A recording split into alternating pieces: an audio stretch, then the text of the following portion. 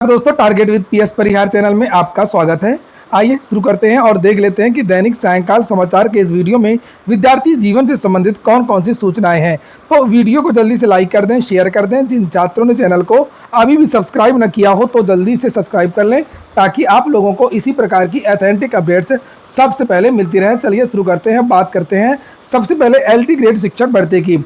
LT grade शिक्षक भर्ती में विद्यार्थी उम्र सीमा में छूट की मांग कर रहे हैं, क्योंकि 7 साल बाद ये भर्ती आई है और बहुत सारे विद्यार्थी ओवर एज हो गए हैं। इसको लेकर के जो उच्च शिक्षा मंत्री हैं योगेंद्र उपाध्याय, जिन्हें आप लोग यहाँ पर तस्वीर में देख रहे हैं, इनसे कुछ छात्रों ने यहाँ पर कल वार्ता की थी। कल कैबिनेट की बैठक भी थी, आप लोगों ने देखा भी होगा। यहाँ पर प्रतियोगी छात्र प्रतिनिधि मंडल के शीतला प्रसाद ओझा और बहुत सारे छात्र यहाँ पर आप लोग देख रहे हैं। इन विद्यार्थियों ने ये ज्ञापन दिया था, जिसे आप लोग यहाँ पर देख सकते हैं, और इस ज्ञापन को कल मुख्यमंत्री के पास भी भेजा गया कैबिनेट मंत्री जी के द्वारा। और यहाँ पर लिखा है, एलटी ग्रेड जीआईसी प्रवक्ता में 5 वर्ष की आयु सीमा में छूट के संबंध में सादर अवगत कराना है कि प्रदेश के लाखों प्रतियोगी छात्रों के भविष्य को ध्यान में रखते हुए उचित निर्णय लिया जाना सुनिश्चित करें। जो निम्नलिखित बिंदु हैं, एलटी जीआईसी प्रवक्ता में 5 वर्ष की आयु सीमा में छूट प्रदान की जाए। जैसे कि आपके द्वारा पुलिस आरक्षी और दरोगा भर्ती में उन छात्रों को 1992 के नियम 3 के तहत छूट दी गई, वैसे ही इन बेरोजगार छात्रों को भी साथ में न्याय दिया जाए।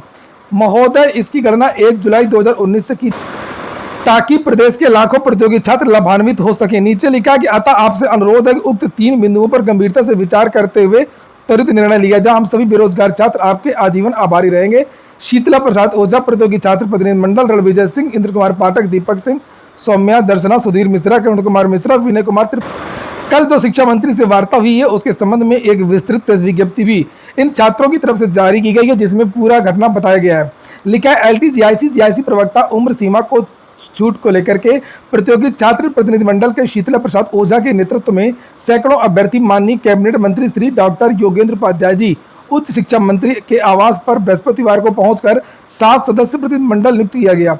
आदरणीय मंत्री जी से बात करने के लिए और उनको एक ज्ञापन प्रस्तुत किया गया। संबोधित मुख्यमंत्री जी को माननीय मंत्री जी प्रतियोगी छात्रों की पीड़ा को सुनते ही तत्काल प्रभाव से अपने विशेष सचिव को आदेशित कर लेटर टाइपिंग करवाया।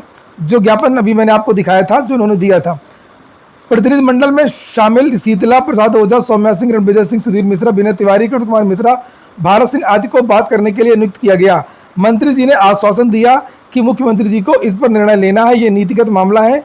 माननीय मंत्री जी ने पत्र को लेकर के कैबिनेट की 7 अगस्त 2025 को दिन बृहस्पतिवार को माननीय मुख्यमंत्री जी की अध्यक्षता में कैबिनेट बैठक की गई, और इस कैबिनेट में माननीय मुख्यमंत्री जी को माननीय मंत्री जी ने लेटर दिया। अब आगे निर्णय माननीय मुख्यमंत्री जी को ले लेना है। माननीय कैबिनेट मंत्री जी के द्वारा जो कार्य किया गया वो बेहद संतोषजनक रहा। देखिए, उत्तर प्रदेश में सब कुछ सर्वे सर्वा इस समय सभी को पता कि मुख्यमंत्री जी ही हैं, और जो मंत्री जी ने किया वो वाकई अच्छी बात है। कम से कम विद्यार्थियों से मिले, विद्यार्थियों का ज्ञापन लिया और मुख्यमंत्री तक पहुंचा दिया गया। यही तो कर सकता है ना एक मंत्री। लिखा इस कैबिनेट में माननीय मुख्यमंत्री जी को लेटर दिया गया। आगे मुख्यमंत्री जी को निर्णय लेना है, जो कि बेहद संतोषजनक रहा। माननीय मुख्यमंत्री जी को इस पर निर्णय क्या होता है, अब इस पर लाखों प्रतियोगियों को इंतजार है। सरकार के फैसले का मंत्री जी को यह भी अवगत कराया गया कि यदि गणना 1 जुलाई 2019 से की जाएगी तो प्रदेश के लाखों प्रतियोगियों को, हर वर्ग के जो छात्र, उनको लाभ मिलेगा। विज्ञापन में वो आवेदन कर सकेंगे। धन्यवाद, शीतला प्रसाद ओझा, प्रतियोगी छात्र प्रतिनिधि मंडल। तो ये बात तो हो गई एलटी ग्रेड की। बात कर लेते हैं टीजीटी पीजीटी की। तो जैसे कि समाचार पत्रों के माध्यम से जानकारी लगातार दी जा रही है कि 30,000 पदों पर भर्ती होनी है, 30,000 पदों पर भर्ती होनी है। लेकिन बात यह है कि अभी तक अध्याचन नहीं आया है। ये जो पत्र 29 जुलाई को जारी हुआ था, जिसे आप लोगों ने देखा होगा, जो कि शिक्षा निदेशक की तरफ से भेजा गया था सभी डीआईवास को।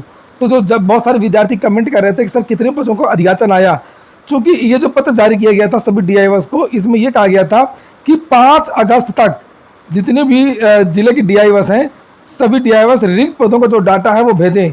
और इसमें रिक्तियों के बारे में ये कहा गया था कि 31 मार्च 2026 तक की जितनी भी रिक्तियां हैं, सभी रिक्तियों को भेजना था। लेकिन सच्चाई ये है कि अभी तक इन विद्यालयों ने बहुत सारे जिलों से अध्याचन शिक्षा निदेशालय नहीं आया है, शिक्षा निदेशक के पास नहीं आया है। जब यहाँ पर पूरा अध्याचन हो जाएगा, उसको देखा जाएगा, उसके बाद में ये शासन को भेजा जाएगा और ई अध्याचन के माध्यम से ये उत्तर प्रदेश शिक्षा सेवा चयन आयोग पहुँच जाएगा।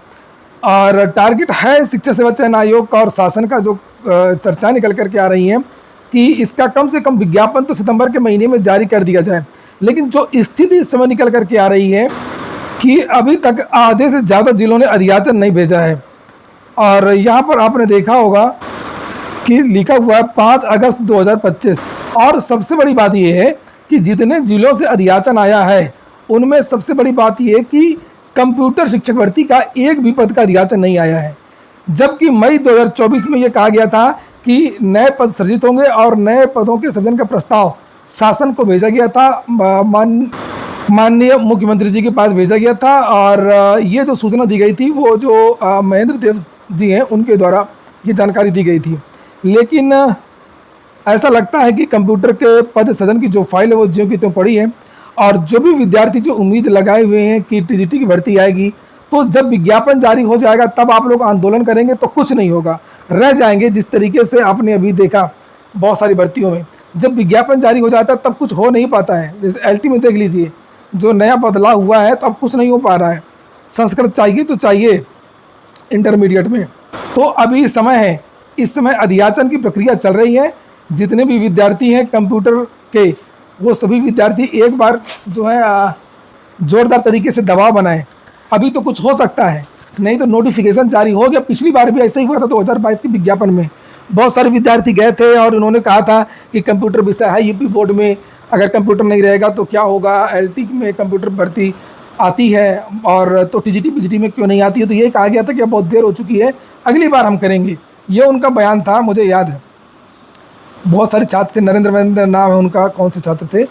तो मैं अभी आपको बता दूं कि जो भी अधियाचन आ रहा है वो जो पद रिक्त हुए हैं उन्हीं पदों का आ रहा है। नए सृजित पदों का कोई अधियाचन नहीं आ रहा है। तो पद सृजित नहीं हुए हैं तो सृजित करवाइए।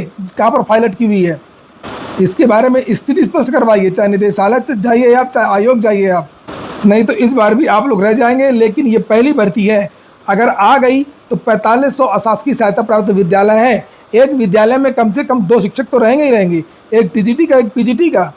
और इस हिसाब से कम 9000 पदों पर भर्ती आएगी केवल कंप्यूटर विषय की। अगर ऐसा हो गया तो आप लोगों के लिए ये बहुत बड़ा मौका होगा।